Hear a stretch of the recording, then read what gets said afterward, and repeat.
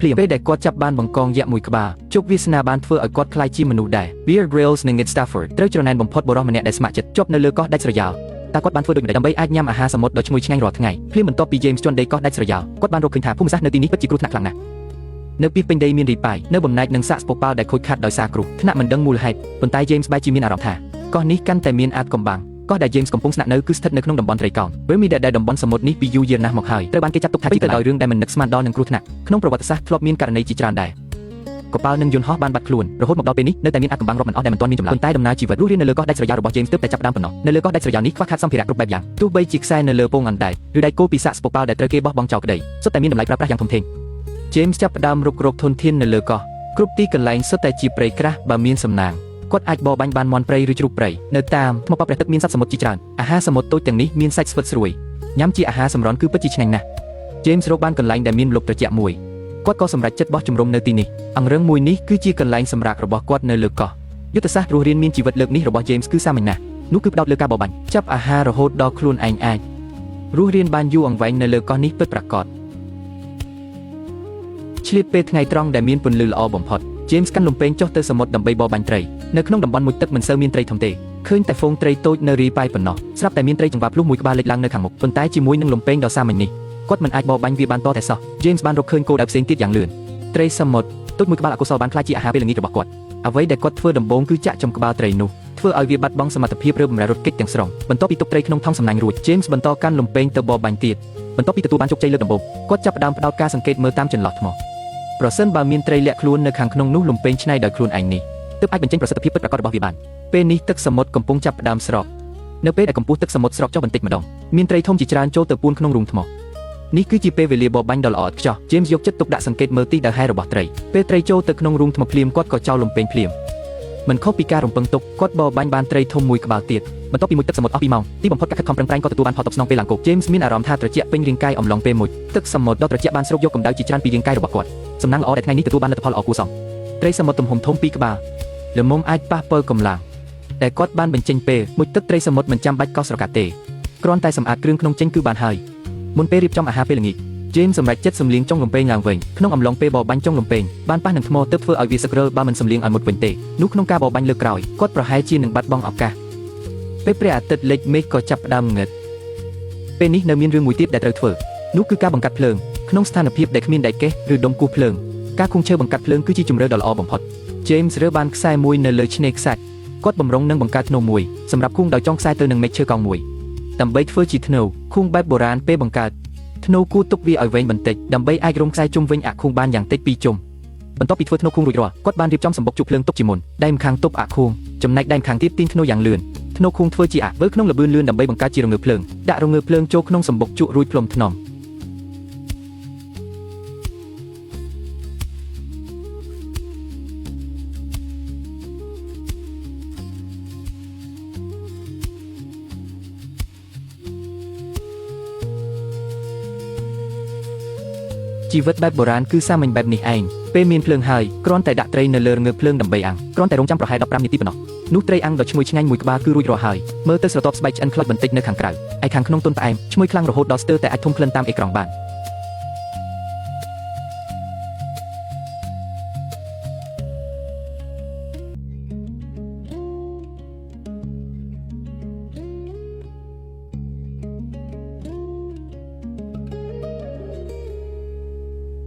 នបន្ទាប់ពីមីញឹកពេញមួយថ្ងៃភាពអត់ឃ្លានបានធ្វើឲ្យពោះរមូលគោត្រីអាំងមួយក្បាលដ៏ឈ្ងុយឆ្ងាញ់បានសម្រួលដល់ក្រពះដែលឃ្លានពេញមួយថ្ងៃព្រឹកព្រលឹមថ្ងៃបន្ទាប់ James ចេញទៅឆ្នេរថ្មដើម្បីលបមុខថ្ងៃនេះគាត់នឹងបន្តរុករកកោះនេះបន្ថែមទៀតនៅផ្ទះក្តាររៀបស្មើនៅលើដីដែលអាចប្រើធ្វើជាទញ្ញំអាហារបា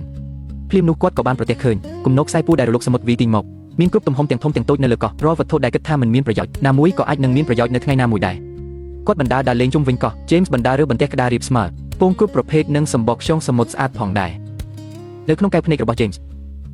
ទាំងអស់នេះសុទ្ធតែជារបស់មានតម្លៃពន្លឺព្រះអាទិត្យនៅពេលថ្ងៃត្រង់គឺក្តៅខ្លាំងការមើលឃើញនៅក្រោមបាតសមុទ្រក៏ច្បាស់ល្អ James កាន់លំពេងបន្តមុជទឹកបរបាញ់ត្រីនៅក្នុងតំបន់ទឹករាក់មានខ្យងសមុទ្រមួយក្បាលលេចឡើងគួរឲ្យស្ដាយដែលវាតូចពេកដោយសារបទពិសោធន៍បរបាញ់កាលពីម្សិលមិញ James បានយ៉ាងលឿន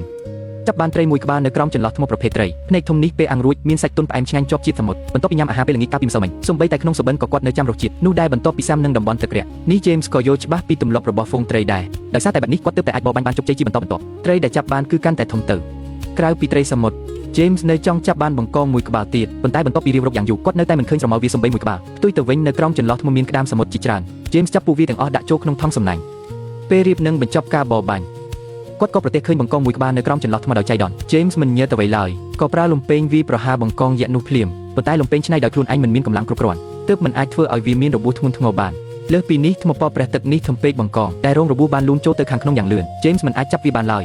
បន្ទាប់ពីឡើងគោកគាត់មានអារម្មណ៍ថាស្ដាយក្រោយយ៉ាងខ្លាំងទោះជាយ៉ាងណាក៏ដោយលទ្ធផលថ្ងៃនេះនៅតែល្អគួរសមត្រីភ្នែកធំពណ៌ក្រហម2ក្បាលនិងត្រីរស់នៅតាមថ្មពណ៌ព្រះទឹក1ក្បាលត្រីថ្ងៃនេះសុទ្ធតែធំជាងកាលពីម្សិលមិញល្មមអាចញ៉ាំអាហារពេលល្ងាចយ៉ាងឆ្អែតនៅលើកោះដាច់ស្រយាលគ្មានឧបករណ៍ចម្អិនអាហារទំនើបទេដូច្នេះពេលរៀបចំត្រីសមុទ្រមិនចាំបាច់កោសស្រកាឡើយ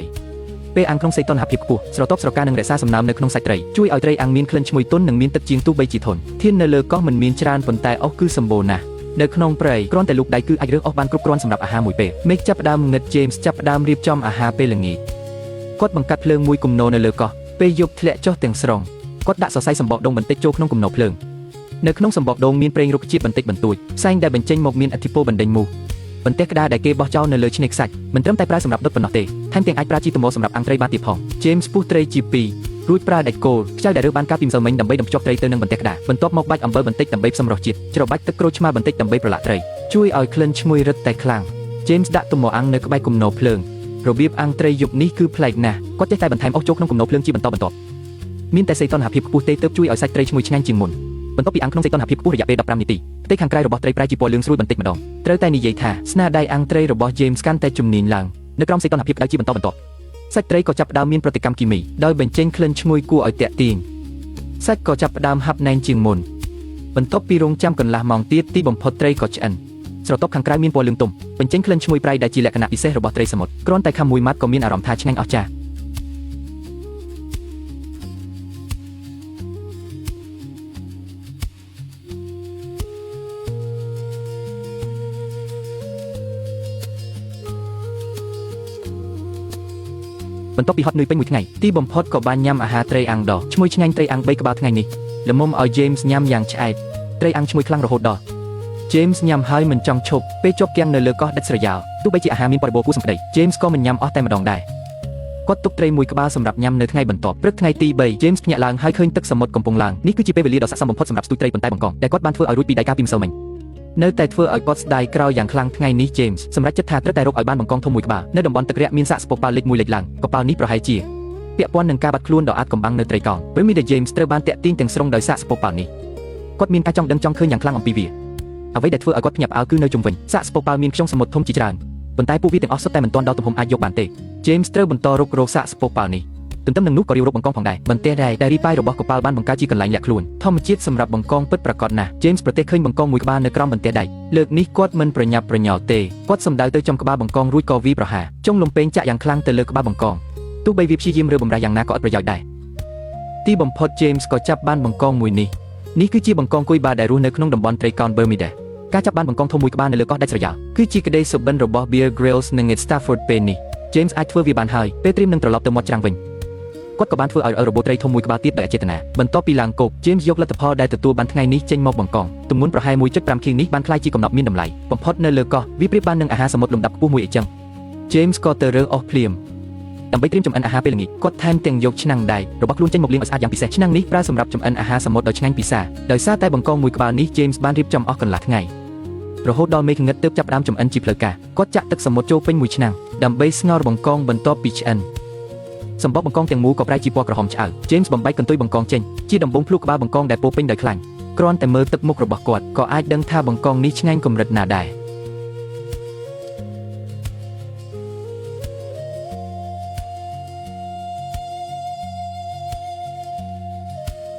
រលើសពីនេះក្បាលបង្កងមានសាច់ច្រើនណាស់ James មិនចង់ខ្ជះខ្ជាយសូម្បីតែបន្តិចបន្ទាប់ពីញ៉ាំក្បាលអស់គ្មានសល់គាត់បន្តញ៉ាំកន្ទុយបង្កងទៀតសាច់បង្កងដុំធំមួយត្រូវបានដាក់ចូលមាត់ផ្ទាល់ឆ្ងាញ់មិនអាចពិពណ៌នាបានបន្ទាប់ពីញ៉ាំឆ្អែត James លាងឆ្នាំងដែកឲ្យស្អាតស្រាប់តែម្ដងញ៉ាំឆ្អែតរួចគាត់ក៏កាន់លំពែងដើរតាមឆ្នេរថ្មដើម្បីរកអាហារសមុទ្រទៀតពេលយប់ប្រឡូកសមុទ្រធំណាស់ជួនកាលនៅលើថ្មអាចមើលឃើញខ្យង2-3ក្បាលតោងប៉ុន្តែបន្ទាប់ពីដើរមួយជុំ គាត់មិនទទួលបានអ្វីជាដុំកំពូលឡើយចូលដល់ថ្ងៃទី4 James យកដងស្ទូចចេញមកផែនការថ្ងៃនេះរបស់គាត់គឺទៅស្ទូចត្រីប៉ុន្តែរលកនៅក្បែរច្រាំងធំពេកទើបស្ទូចអស់ជាច្រើនម៉ោងនៅតែគ្មានលទ្ធផលនៅតាមផ្លូវត្រឡប់មកវិញ James ក៏ឆ្លៀតរើសវត្ថុដែលគេបោះចោលមួយចំនួនទៀតនៅលើកោះដាច់ស្រយាលដែលខ្វះខាតធនធានការប្រមូលសម្ភារៈគឺជាភារកិច្ចដ៏សំខាន់បំផុតរបស់អ្នករស់រានមានជីវិតបន្ទាប់ពីត្រឡប់មកកន្លែងស្នាក់នៅវិញ James សម្រាប់មួយសន្ទុះបន្ទាប់មកគាត់ក៏កាន់លំពេងទៅកាន់ទីតាំងសាកស្ពប៉ាល់កាលពីម្សិលមិញទៀតប្រភពធនធាននៅទីនេះគឺសម្បូរបែបជាងគាត់គិតទៅទៀតប៉ុន្តែបន្ទះដែកដែលជាន់គ្នាត្រួតក៏មានគ្រោះថ្នាក់ណាស់ដែរមិនយូរប៉ុន្មាន James ក៏បរបាញ់បានត្រីតាមថ្មប៉ព្រះទឹកមួយក្បាលក្នុងពេលដែលកំពុងបរបាញ់ត្រីនេះគាត់ក៏ចៃដន្យមើលឃើញអន្ទង់សមុទ្រមួយក្បាលដែលធំជាងនេះទៅទៀត James គម្រោងប្រើនុយដើម្បីស្ទូចអន្ទង់នេះគាត់ដល់ត្រីនៅចុងលំពេងរួចដាក់ចូលទៅមាត់រុំក្រោមបន្ទះដែកប៉ុន្តែបញ្ឆោតអស់ពេលយ៉ាងយូរអន្ទង់នៅតែមិនព្រមចេញមកទីបំផុត James ត្រូវបង្ខំចិត្តបោះបង់ចោលបន្ទាប់ពីត្រឡប់មកគុកវិញថ្ងៃនេះគាត់ទើបតែទទួលបានត្រីមួយក្បាលប៉ុណ្ណោះឆ្លៀតពេលដែលនៅព្រលឹម James មិនសម្រាប់តតែសោះគាត់ទាញយកប្រយោជន៍ពីរាល់ពេលវេលានេះពេលថ្ងៃដើម្បីប្រមូលរបស់របរដែលគេបោះចោលគ្រប់ប្រភេទគំនរភ្លើងនៅតែឆេះងំ James ក៏បង្កាត់ភ្លើងឡើងវិញជីវិតរស់នៅក្នុងព្រៃគឺត្រូវបញ្ចេញកម្លាំងច្រើនណាស់ដូច្នេះការរក្សាបាននូវប្រភពតែជាយុទ្ធសាស្ត្ររស់រានមានជីវិតដ៏ល្អបំផុតបន្ទាប់ពីបង្កាត់ភ្លើងឡើងវិញគាត់ឆ្លៀតអាំងត្រីនោះតែម្ដងនៅសីតុណ្ហភាពលើសពី140អង្សាសេសាច់ត្រីចាប់ផ្ដើមប្រែប្រួលពីទន់ឆៅទៅជាហាប់ណែនពេកឆ្អិនត្រីមួយក្បាលនេះមិនគ្រប់គ្រាន់ទេសម្រាប់ប៉ះពលកម្លាំងដែលបានបញ្ចេញអស់ពេញមួយថ្ងៃដូច្នេះ James សម្រេចចិត្តញ៉ាំអាហារពេលថ្ងៃត្រង់សិនបំពេញកម្លាំងរួចទើបបន្តការបរបាញ់ទៀតរងចាំរហូតដល់មេឃងឹត James កាន់លំពេងចុះសមុទ្របរបាញ់ត្រីនៅពេលយប់ត្រីធ្វើចលនាយឺតជាងដោយសារតែបែបនេះគាត់ទើបអាចបរបាញ់ត្រីបានជាបន្តបន្ទាប់ដោយលំពេងឆ្នៃខ្លួនឯងទឹកសមុទ្រពេលយប់គឺត្រជាក់ណាស់ដូច្នេះ James មិនអាចនៅក្នុងទឹកបានយូរទេគ្រាន់តែឡើងគប់ភ្លាមគាត់ក៏អាំងភ្លើងកម្ដៅខ្លួនក្បែរគំនរត្រីពីរក្បាលដែលបរបាញ់បានយប់នេះនឹងទុកសម្រាប់ញ៉ាំនៅថ្ងៃស្អែកមេឃទើបតែភ្លឺ James ញ៉ាំត្រីអាំងដែលសល់ពីយប់មិញសម្រាប់ជាអាហារពេលព្រឹកនេះគឺជាថ្ងៃទី5ហើយដែលគាត់ជាប់នៅលើកោះជាលើកទី1ហើយដែល James មានអាហារពេលព្រឹកនេះបង្ហាញថាគាត់កំពុងសម្របខ្លួនបន្តិចម្ដងទៅនឹងជីវិតនៅលើកោះដោយសារជំនាញរស់រានមានជីវិតរបស់គាត់ជីវិតនៅលើកោះក៏ចាប់ផ្ដើមល្អប្រសើរឡើងបន្តិចម្ដងបន្ទាប់ពីញ៉ាំឆ្អែត James សម្រេចចិត្តកែលម្អលំពេងឆ្នៃដោយខ្លួនឯង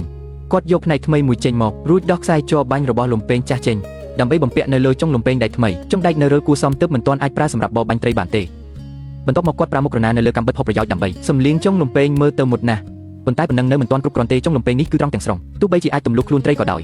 គ្រាន់តែត្រីរើបំរែបន្តិចវានឹងរបូតចេញមកភ្លាមដូច្នេះហើយ James ក៏ដាក់បន្ថែមមុខពួកនៅចុងលំពេងធ្វើបែបនេះត្រីដែលត្រូវចាក់ទើបមិនអាចរត់រួចបន្ទាប់ពីបញ្ចប់អាវុធសម្រាប់បរបាញ់ថ្មី James ក៏យកអន្ទាក់សំណាញ់ពីរទៀតចេញមកបន្ទាប់មកគាត់មានបំណងប្រើរបស់របរទាំងពីរនេះដើម្បីរកអាហារប៉ុន្តែបើចង់ប្រើអន្ទាក់ចាប់ត្រីគឺត្រូវការនុយដូច្នេះ James ក៏សម្រេចចិត្តប្រើលំពេងថ្មីដើម្បីបរបាញ់ត្រីមួយក្បាលធ្វើជានុយសិនគាត់ត្រឡប់ទៅតំបន់សាកស្ពប៉ាល់វិញដើម្បីរកគោលដៅត្រីឆ្លាមគិលានុបដ្ឋាយិកាមួយក្បាលកំពុងសម្រាកនៅក្នុងកប៉ាល់ទោះបីជាប្រភេទត្រីឆ្លាមនេះស្លូតបូតគួរសំប្តីប៉ុន្តែសកម្មភាពលូកដៃប៉ះវាដូច James នៅតែមានគ្រោះថ្នាក់ខ្លាំងដដែលធ្លាប់មានករណីដែរត្រីឆ្លាមគិលានុបដ្ឋាយិកាវាប្រហារអ្នកមុជទឹកក្នុងអំឡុងពេលប្រមាណចំណី James បានរកឃើញថាលំពេងដែកនេះបាញ់មិនសូវខ្លាំងប្រហែលជាដោយសារតែមុខលំពេងដែកធ្ងន់ពេក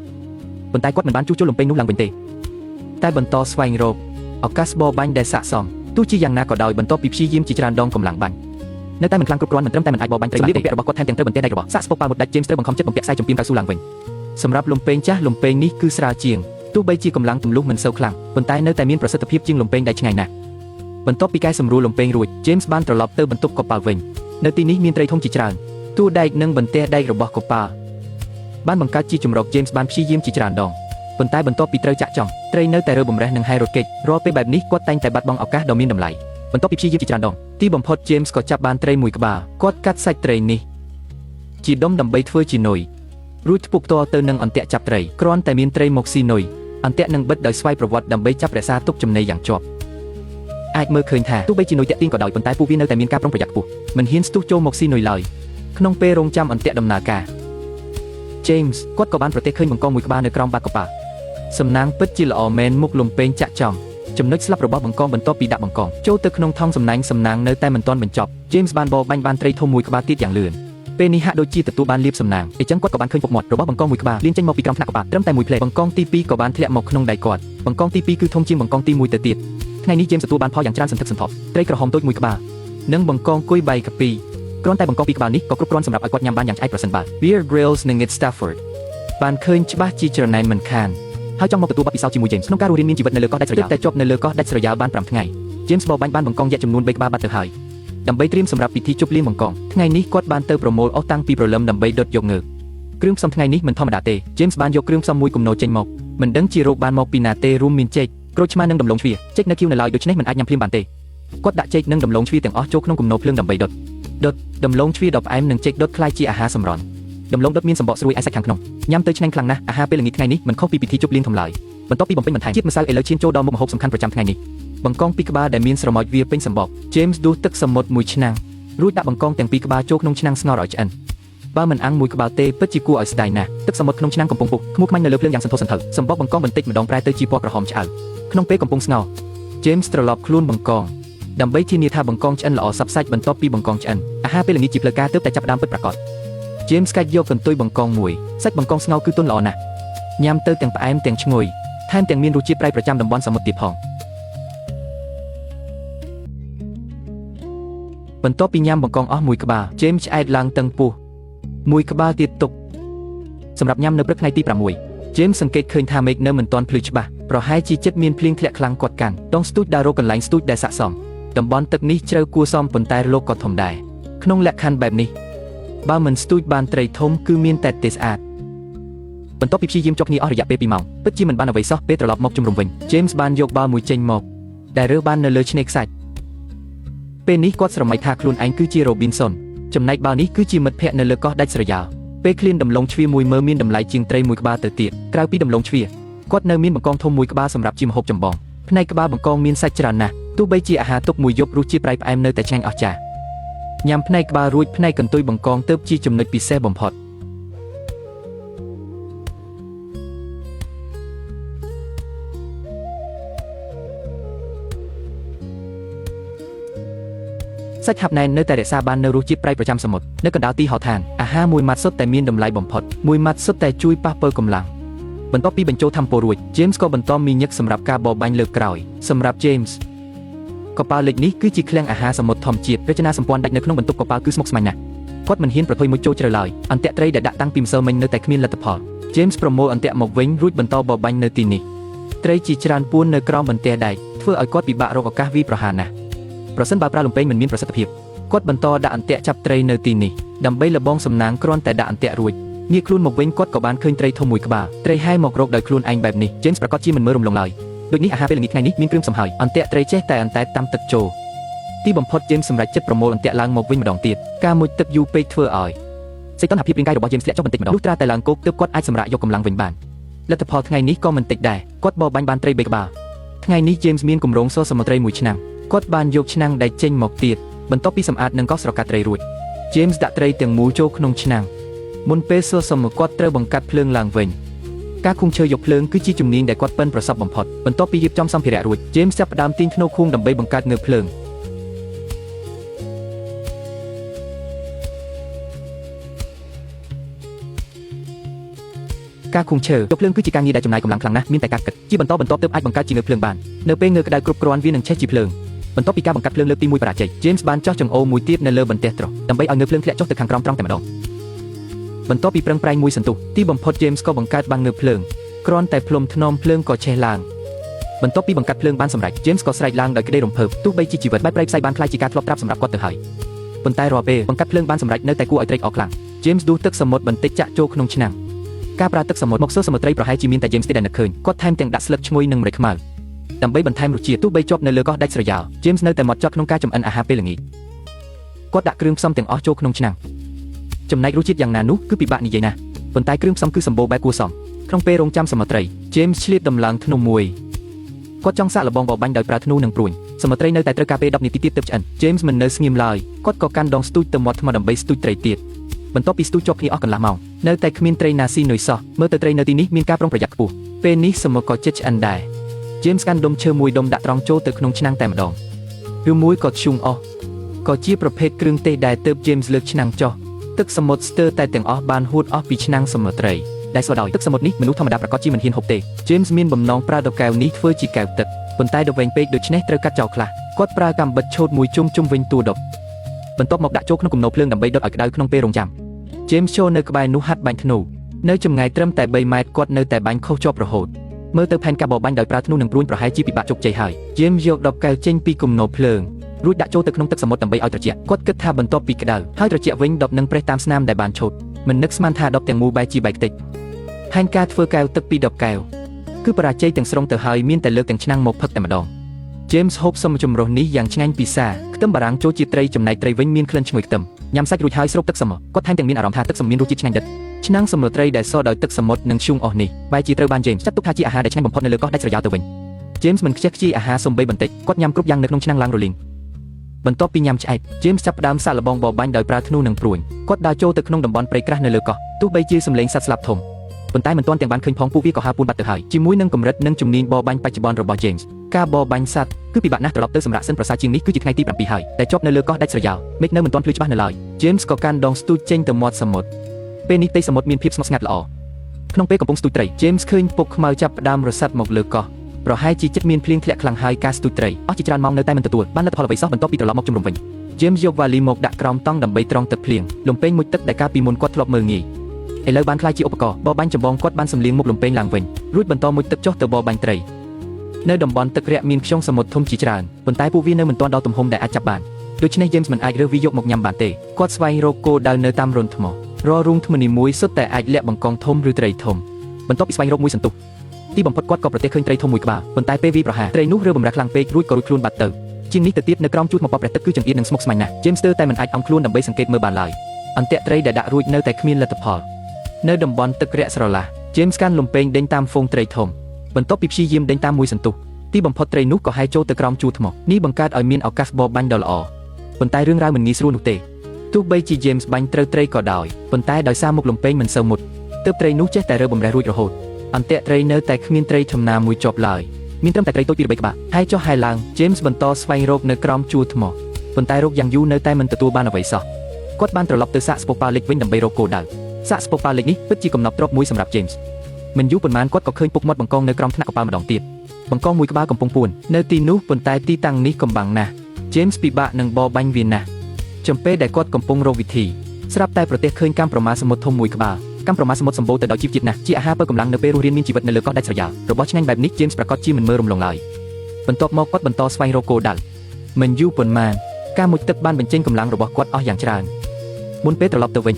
គាត់ឆ្លៀតរើសខ្យងសមុទ្រពីរបីក្បាលទំហំធំយកទៅជាមួយបើគ្មានត្រីអាំងឬបង្កងទេអាហារខ្យងសមុទ្រមួយពេលក៏អស់ចាណាស់ដែរនៅជុំវិញនេះមានខ្យងសមុទ្រច្រើនគួរសម James ជ្រើសរើសយ៉ាងប្រុងប្រយ័ត្នយកតែខ្យងណាដែលធំបំផុតត្រឹមតែ4ក្បាលក៏ពេញណែនថងសំណាញ់បាត់ទៅហើយថ្ងៃនេះគឺជាថ្ងៃដែលទទួលបានផលច្រើនសន្ធឹកសន្ធាប់មួយទៀតខ្យងជាង10គីឡូគឺគ្រប់គ្រាន់សម្រាប់ញ៉ាំឆ្អែតមួយពេលប្រភេទខ្យងនេះហៅថាខ្យងពេជ្ររីកមួយក្បាលមានប្រវែងជាង20សង់ទីម៉ែត្រ James យកខ្យង4ក្បាលនិងកាំប្រមាសមុទ្រធំមួយក្បាលដែលតាក់ជាប់មកនៅលើកោះយូរយ៉ាងនេះគឺជាលើកទី1ហើយដែលគាត់ញ៉ាំខ្យងសមុទ្រគាត់មានបំណងវាបំបែកសម្បកខ្យងដើម្បីយកសាច់ខាងក្នុងប៉ុន្តែអ្វីដែលគាត់នឹកស្មានមិនដល់គឺសម្បកខ្យងរឹងជាងការរំពឹងទុកខ្លាំងណាស់ចំណាយពេលអស់កន្លះម៉ោងទើបវាបំបែកបានមួយក្បាលទីបំផុតក៏អាចគាស់សម្បកខ្យងដ៏ក្រាស់ចេញបានស្រទាប់ពណ៌ផ្កាឈូកខាងក្នុងពិតជាស្រស់ស្អាតណាស់បន្ទាប់ពីយកសាច់ខ្យងចេញមកសាច់ខ្យងទាំងមូលគឺទន់និងរលោងល្អណាស់សាច់មួយដុំទម្ងន់ជិតកន្លះគីឡូពេលដែលគ្រប់គ្នាកំពុងគិតថាគួរស្ងោរឬអាំង James បានខំមួយម៉ាត់ភ្លាមគាត់សម្រេចចិត្តញ៉ាំឆៅតាមបែបសាស៊ីមីប្រហែលជាដោយសារតែឃ្លានខ្លាំងពេកគាត់មិនចង់រងចាំតតែចំអិនឆ្អិនទៀតទេសាច់ខ្យងចំអិនឆ្អិនក៏មិនមានក្លិនឆ្អាបដែរថែមទាំងមានរសជាតិខ្លាញ់ឆ្ងាញ់ផ្អែមនិងស្រស់ល្អណាស់ចំណែកសាច់ដែលនៅសល់គឺរាងស្វិតបន្តិចមិនស័ក្តិសមសម្រាប់ញ៉ាំឆៅទេការញ៉ាំខ្យងសមុទ្រពិតជាចំណាយកម្លាំងណាស់ James ក៏សាកល្បងពុះកាំប្រមាសសមុទ្រម្ដងគាត់ស្មានថាខាងក្នុងនឹងមានពងជាច្រើនប៉ុន្តែពេលបើកមើលឃើញតែទឹកពណ៌ខ្មៅហូរចេញមកបន្ទាប់ពីលាងសម្អាតរួចខាងក្នុងនៅតែមានចំណែកដែលអាចញ៉ាំបានច្រើនគួរសមកាំប្រមាសសមុទ្រនេះមិនសូវធាត់ប៉ុន្មានទេប៉ុន្តែសម្រាប់ James នេះនៅតែជាម្ហូបដ៏មានតម្លៃមានរសជាតិប្រៃលីផ្អែមស័ក្តិសមបំផុតសម្រាប់ធ្វើជាអាហារសម្រន់ឆ្លៀតពេលមេឃមិនទាន់ងឹត James កាន់ដងស្ទូចចេញទៅមាត់សមុទ្រម្ដងទៀតបើរំពឹងតែខ្យងប៉ុន្មានក្បាលនេះគឺមិនអាចញ៉ាំឆ្អែតបានទេមិនយូរប៉ុន្មានគាត់ក៏ស្ទូចបានត្រីតុកកែមួយក្បាលJames បានចាប់ចំត្រនងត្រីតុកកែដោយអចេតនាបណ្ដាលឲ្យមុតដៃឈឺស្ពឹកឆ្លៀតឱកាសនេះសូមពន្យល់បន្តិចត្រនងរបស់ត្រីតុកកែមួយចំនួនមានផ្ទុកជាតិពុលស្រាលទោះបីជាមិនមែនជាជាតិពុលខ្លាំងប៉ុន្តែវាអាចធ្វើឲ្យការឈឺចាប់កាន់តែខ្លាំងនិងបណ្ដាលឲ្យហាមក្រហមនៅកន្លែងដែលមុតឈឺជាងស្នាមមុតធម្មតាឆ្ងាយណាស់នៅក្នុងបរិស្ថានកោះដាច់ស្រយាលស្នាមរបួសតូចតាចបែបនេះពេលខ្លះអាចមានគ្រោះថ្នាក់ជាងសត្វព្រៃទៅទៀតពីព្រោះបាក់តេរីនៅក្នុងទឹកសមុទ្រអាចបណ្ដាលឲ្យមានមេរោគឆ្លងគ្រប់ពេលវេលាប៉ុន្តែ James មិនចាប់អារម្មណ៍តតែសោះហើយបន្តស្ទូចត្រីទៀតមិនយូរប៉ុន្មានក៏មានត្រីតុកកែមួយក្បាលទៀតស៊ីនុយលើកនេះ James មិនហ៊ានធ្វេសប្រហែសទៀតទេគាត់ចាប់ក្បាលត្រីយ៉ាងប្រុងប្រយ័ត្នត្រនងត្រីតុកកែគឺមុតណាស់ដូច្នេះពេលស្ទូចត្រីនៅតាមធម្មជាតិត្រូវប្រុងប្រយ័ត្នឲ្យបានខ្ពស់តាមពិតទៅអាចនឹងបានញ៉ាំអាហារសមុទ្រមួយពេលទៀតប៉ុន្តែ James ឃើញថាត្រីនេះតូចពេកទើបលែងវាទៅវិញយប់នេះខ្យងសមុទ្រ4ក្បាលនឹងក្លាយជាអាហារពេលល្ងាចតែមួយគត់របស់គាត់ថែមទាំងរើបានខ្យងតូចជាច្រើនទៀតនៅលើជួរថ្មខ្យងទុកទាំងនោះត្រូវបានចិញ្ចឹមទុកនៅក្នុងថង់សំណាញ់ញ៉ាំខ្យងធំទាំង4ក្បាលនេះអស់ប្រហែលជាមិនឃ្លានទេ James យកមកកាន់ដុំថ្មធំមួយរួចវាយទម្លាក់ទៅលើខ្យងទាំងនោ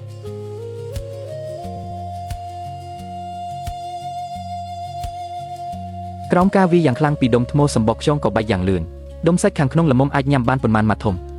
បន្ទាប់ពីមីញឹកមួយសន្ទុះ James ក៏យកសាច់ខ្យងចេញបានទាំងអស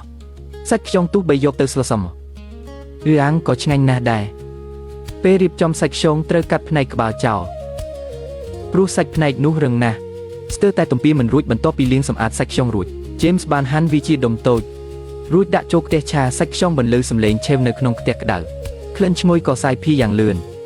មិននឹកស្មានថានៅលើកោះដាច់ស្រយាលក៏បានញ៉ាំម្ហូបខ្យងឆាដែរដើម្បីឲ្យម្ហូបកាន់តែមានរសជាតិឆ្ងាញ់ James បានបន្ថែមខ្ទឹមបារាំងនិងម្រេចខ្មៅព្រមទាំងខ្ទឹមស្ពីរ3កំពីដើម្បីបំបត្តិក្លិនឆ្អាបនិងបន្ថែមក្លិនឈ្ងុយខ្ទះខ្យងឆានេះធ្វើឲ្យសាច់ខ្យងនីមួយរមួលបន្តិចដោយសារតែកម្ដៅរសជាតិប្រៃរបស់ទឹកសមុទ្របានរសាយបាត់បន្តិចម្ដងជំនួសមកវិញនៅរសជាតិផ្អែមមុតដ៏ឆ្ងាញ់ពិសាគ្រាន់តែមើលតាមអេក្រង់ក៏គួរឲ្យចង់ញ៉ាំទៅហើយនេះលែងជាការរស់រានមានជីវិតនៅលើកោះដាច់ស្រយាលទៀតហើយតែវាពិតជាសិល្បៈនៃការញ៉ាំអាហារនៅទីហោឋាននៅកណ្ដាលធម្មជាតិនេះគឺជាអាហារពេលល្ងាចដ៏សម្បូរបែបនិងត្រឹមត្រូវមួយមិនខុសពីអាហារនៅសន្តាគារផ្កាយ5ឡើយសាច់ខ្យងបន្ទាប់ពីឆារួចខ្លាយជាស្រួយនិងស្វិតល្អ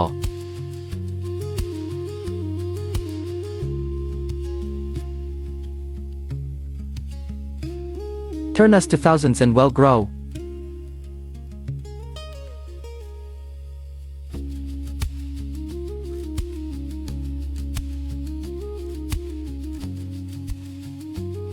គ្រាន់តែខំភ្លាមក៏មានអារម្មណ៍ថាស្វិតទំពាកាន់តែយូរកាន់តែផ្អែមលីឡំជាមួយក្លិនឈ្ងុយខ្លោចពីខ្ទះនោះគឺជាអារម្មណ៍ស្កប់ស្កល់ដករមៀននៅកណ្ដាលទីហោឋានថ្ងៃទី8ដែលចប់នៅលើកោះដាច់ស្រយាលរាល់ថ្ងៃការមុជទឹកបបាញ់បានក្លាយជាភារកិច្ចដ៏សំខាន់បំផុតរបស់ James គាត់បានសម្លៀងលំពេងឲ្យមុតម្ដងទៀតរួចត្រឡប់ទៅកាន់សាកស្ពកប៉ាល់ដែលធ្លាប់ស្គាល់គ្រាន់តែទៅដល់ភ្លាមក៏បានឃើញត្រីធំមួយក្បាល James បានបបាញ់បានមួយក្បាលយ៉ាងរហ័សប្រភេទត្រីនេះមានភ្នែកធំណាស់តើមានអ្នកណាដឹងថាវាជាត្រីអ្វីទេឲ្យតែគ្មានជាតិពុល James យកវាមកទាំងអស់ធនធាននៅទីនេះគឺសម្បូរបែបណាស់ជំនាញបបាញ់របស់គាត់ក៏កាន់តែស្ទាត់ជំនាញពីមួយថ្ងៃទៅមួយថ្ងៃក្នុងពេលកំពុងរកត្រីនៅក្នុងកប៉ាល់គាត់បានឃើញវត្ថុមួយដែលមានរាងដូចគ្រាប់តារពីដូ James ទីថាកប៉ាល់នេះប្រហែលជាធ្លាប់រងការវាប្រហារហើយវត្ថុនោះបានធ្លាក់នៅទីនេះបំពង់ដែលច្រេះនេះអាចជាគ្រាប់តារពីដូដែលមិនទាន់ផ្ទុះប៉ុន្តែ James មិនខ្វល់ពីរឿងនោះទេនៅក្នុងភ្នែករបស់គាត់មានតែអាហារប៉ុណ្ណោះថ្ងៃនេះគាត់បបាញ់បានតែត្រីធំ2ក្បាលប៉ុណ្ណោះប៉ុន្តែវាក៏គ្រប់គ្រាន់សម្រាប់ញ៉ាំឆ្អែតមួយពេលបន្ទាប់ពីត្រឡប់មកជំរុំវិញគាត់យកសាច់ខ្យងឆាដែលនៅសល់ពីយប់មិញធ្វើជាអាហារថ្ងៃត្រង់ជាមួយនឹងដំឡូងជ្វាដុតកន្លះមើមទោះបីជាសាច់ខ្យងត្រូវបានទុកចោលមួយយប់ក៏ដោយប៉ុន្តែរសជាតិនៅតែឈ្ងុយឆ្ងាញ់ដដែលដំឡូងមួយម៉ាត់សាច់ខ្យងមួយម៉ាត់ពេញមួយរយៈពេលដែលជាប់នៅលើកោះ James មិនដែលដាច់ពោះមួយថ្ងៃណាឡើយថ្ងៃណាក៏គាត់មានអាហារសមុទ្រសម្រាប់ញ៉ាំដែរប៉ុន្តែអ្វីទាំងអស់នេះមិនមែនកាត់ឡើងដោយឯកឯងនោះទេអាហារសមុទ្រនីមួយរបស់ James នៅលើកោះដាច់ស្រយាលសុទ្ធតែជាលទ្ធផលនៃការខិតខំប្រឹងប្រែងពេញមួយថ្ងៃបន្ទាប់ពីបំពេញធម្មពលរួច James បានទៅមាត់សមុទ្រដើម្បីប្រមូលអន្ទាក់ចាប់ត្រីនេះគឺជាអន្ទាក់ដែលគាត់បានដាក់នៅមាត់សមុទ្រកាលពីម្សិលមិញរងចាំទឹកចូលឡើងដើម្បីចាប់ចំណីមិននឹកស្មានថានៅតែចាប់មិនបានអ្វីសោះ James សម្រេចចិត្តទុកអន្ទាក់នេះចេញពីព្រោះអន្ទាក់នេះបានបរាជ័យជាបន្តបន្ទាប់ក្នុងអំឡុងពេលរស់រាននេះវាបានក្លាយជាសាក្សីបញ្ជាក់ពីការបរបាញ់ដ៏បរាជ័យរបស់គាត់សំណាងល្អថ្ងៃនេះគាត់បរបាញ់បានត្រីសមុទ្រ2ក្បាលពេលមុជទឹកត្រី2ក្បាលនេះមានពណ៌ស្រស់ស្អាតណាស់ពេលទើបតែចាប់បានភ្លាមក្រឡានៅលើដងខ្លួនរបស់វាក៏តាក់ទាញភ្នែកណាស់ដែរប៉ុន្តែពេលនេះពណ៌បានរលុបបន្តិចម្ដងហើយត្រីសមុទ្របានក្លាយជាប្រភពប្រូតេអ៊ីនដ៏សាំបំផុតរបស់ James អ្វីដែលគួរឲ្យសោកស្ដាយតែមួយគត់គឺគាត់មិនទាន់ស្ទូចបានត្រីធំឬចាប់បានអន្ទង់ដោយប្រើអន្ទាក់អាហារពេលល្ងាចថ្ងៃនេះគឺត្រី2ក្បាលនេះបន្ទាប់ពីបង្កាត់ភ្លើងរួច James បានដោតត្រីនិងមែកឈើដោយប្រើវិធីបុរាណនិងសាមញ្ញបំផុតដើម្បីចម្អិនអាហារពេលល្ងាចត្រីត្រូវបានអាំងបន្តិចម្ដងនៅលើគំនរភ្លើងត្រី2ក្បាលនេះប្រហែលជាអាហារពេលល្ងាចដ៏សាមញ្ញបំផុតរបស់គាត់នៅលើកោះពេលអាំងត្រីត្រូវប្រែវាឲ្យបានញឹកញាប់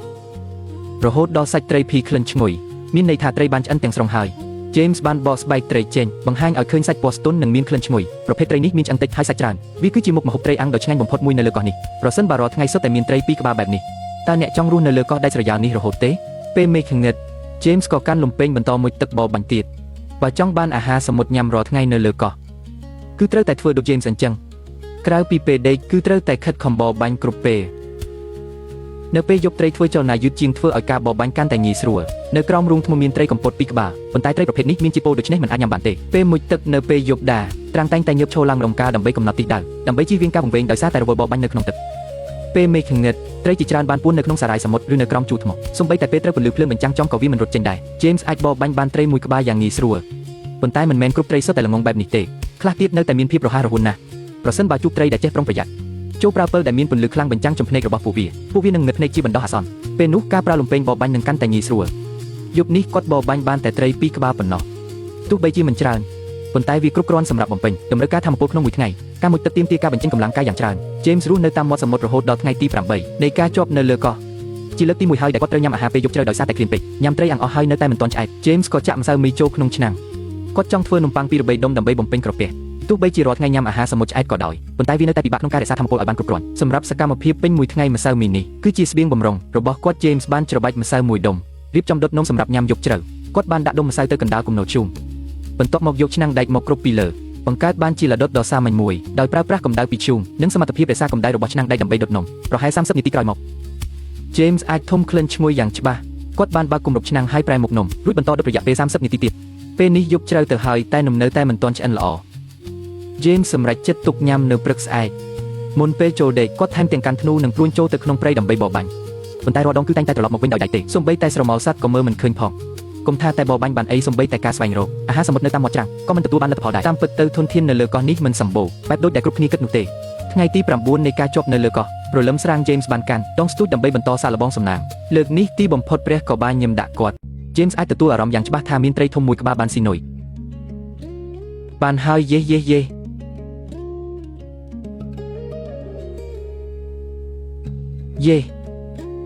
James បានទទួលជោគជ័យក្នុងការស្ទូចបានត្រីធំមួយក្បាលដោយប្រើដងស្ទូចនោះគឺជាត្រីខៀវទំហំតូចមួយក្បាលសាច់និងរសជាតិរបស់វាគឺស្ថិតក្នុងកម្រិតកំពូលត្រឹមតែត្រីមួយក្បាលនេះក៏គ្រប់គ្រាន់សម្រាប់ឲ្យ James ញ៉ាំឆ្អែតសម្រាប់អាហារពេលល្ងាចគាត់បានដាក់វាចូលទៅក្នុងថង់សំណាញ់រួចបន្តស្នាក់នៅស្ទូចត្រីទៀត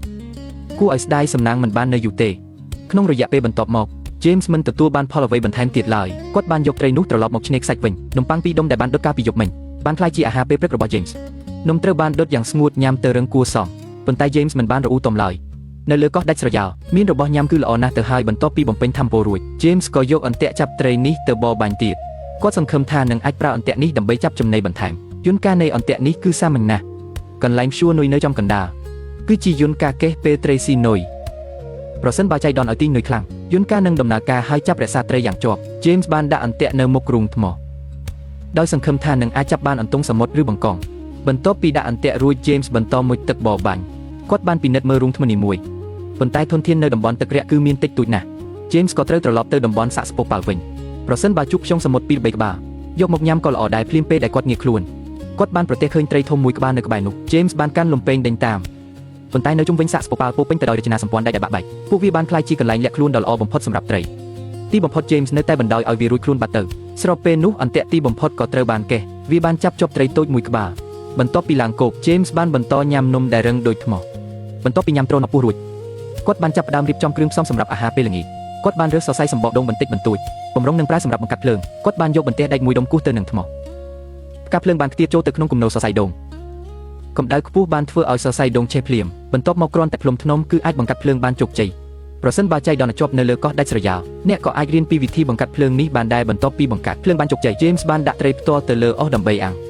បន្ទាប់មកគាត់បានចេញទៅឆ្នេរខ្សាច់ដើម្បីហាត់ប្រាណមើលទៅត្រីធំនៅថ្ងៃនេះបានធ្វើឲ្យគាត់មានអារម្មណ៍អន់ចិត្តបើមិនដូច្នេះទេគាត់ក៏មិនហ៊ានខ្ជិះខ្ជាយកម្លាំងបែបនេះឡើយបន្ទាប់ពីជាង10នាទីផ្ទៃត្រីបានខ្លោចអាហារពេលល្ងាចថ្ងៃនេះគឺត្រីអាំងមួយក្បាលនិងនំប៉័ងមួយដុំទោះបីជាមិនមែនជាពិធីជប់លៀងអាហារសមុទ្រប៉ុន្តែបរិមាណសាច់ពីត្រីមួយក្បាលនេ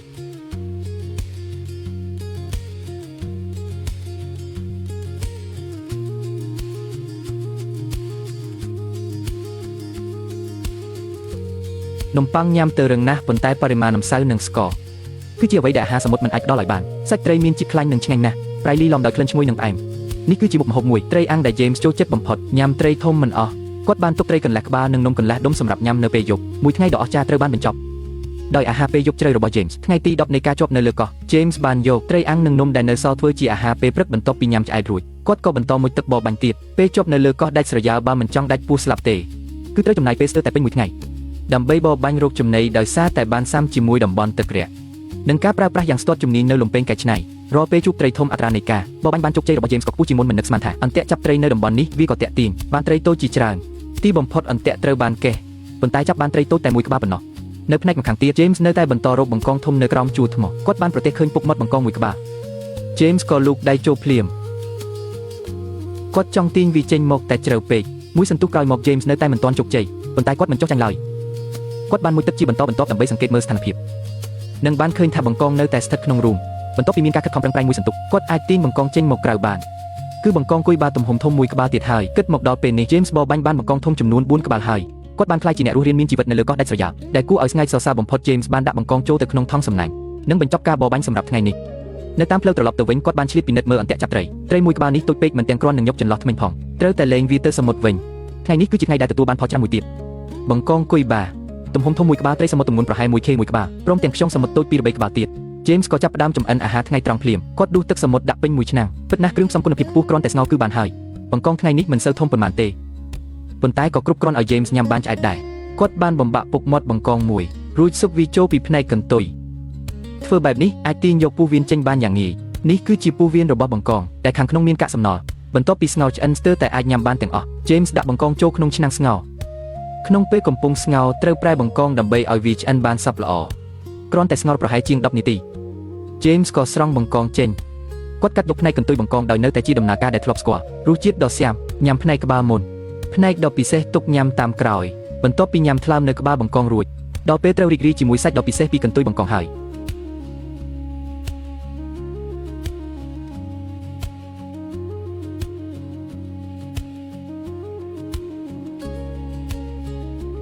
មិនទុកឲ្យសល់សាច់ជាប់សម្បកបង្កងសំបីតែបន្តិចឡើយ James ប្រើដៃកោសសាច់ចេញរហូតដល់ស្អាតមិនខ្ជះខ្ជាយសំបីតែបន្តិចអាហារថ្ងៃនេះពិតជាគួរឲ្យស្កប់ស្កល់ខ្លាំងណាស់សំបីតែមិនបាច់ញ៉ាំបន្លែបន្ថែមក៏គ្រាន់តែមុខម្ហូបចម្បងពីរមុខនេះ James ក៏បន្តមុជទឹកបរបាញ់ទៀតពេញមួយដំណើរនៃការរស់រានមានជីវិតនៅលើកោះដាច់ស្រយាលអាហារសមុទ្រនីមួយរបស់ James សុទ្ធតែមិនងាយស្រួលឡើយរាល់ថ្ងៃតាំងពីព្រលឹមស្រាងគាត់ក៏ចាប់ផ្ដើមបរបាញ់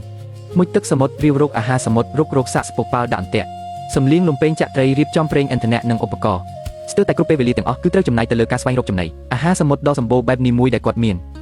សុទ្ធតែត្រូវដោះដូរមកវិញដោយការចំណាយកម្លាំងកាយរាប់ម៉ោងនៅក្នុងទឹកដ៏ត្រជាក់និងការសាកល្បងម្ដងហើយម្ដងទៀតរាប់មិនអស់ត្រីនឹងមិនលេចឡើងដោយខ្លួនឯងទេបង្កងក៏មិនងាយចាប់បានដែរសូម្បីតែអន្ទាក់ក៏មិនប្រកាសថាទទួលបានលទ្ធផលរាល់ដងនោះទេភាគច្រើននៅពេលដែលកម្លាំងរាងកាយធ្លាក់ចុះបរិស្ថានអាក្រក់និងឧបករណ៍បែបសាមញ្ញគាត់នៅតែត្រូវកែសម្រួលយុទ្ធសាស្ត្រជាបន្តបន្ទាប់ទើបអាចដោះដូរបានគ្រឿងផ្សំសម្រាប់អាហារមួយពេលដូច្នេះហើយអាហារសមុទ្រដែលមើលទៅហាក់ដូចជាងាយស្រួលទាំងនេះតាមពិតមិនមែនសម្រាប់តែការរីករាយនោះទេប៉ុន្តែវាគឺជារង្វាន់នៃការរស់រានមានជីវិតដែលដោះដូរមកដោយហានិភ័យនិងកម្លាំងកាយយ៉ាងធំធេងអាហារនីមួយគឺមិនងាយស្រួលទទួលបាននោះទេប៉ុន្តែវាគឺជាលទ្ធផលនៃពេញមួយថ្ងៃនៃការរករកមុជទឹកសមុទ្រនិងការបរបាញ់នោះទើបជាទិដ្ឋភាពពិតប្រាកដបំផុតនៃជីវិតនៅលើកោះដាច់ស្រយាលអ្វីដែលលំបាកមិនមែនជាការធ្វើខុសនោះទេប៉ុន្តែគឺជាតម្លៃដែលត្រូវបង់ដើម្បីស្វែងរកអាហារគឺថ្លៃពេកអ្វីដែលត្រាំងធ្វើគឺគ្រាន់តែជាការធ្វើរឿងដែលសារចុះសារឡើងប៉ុណ្ណោះ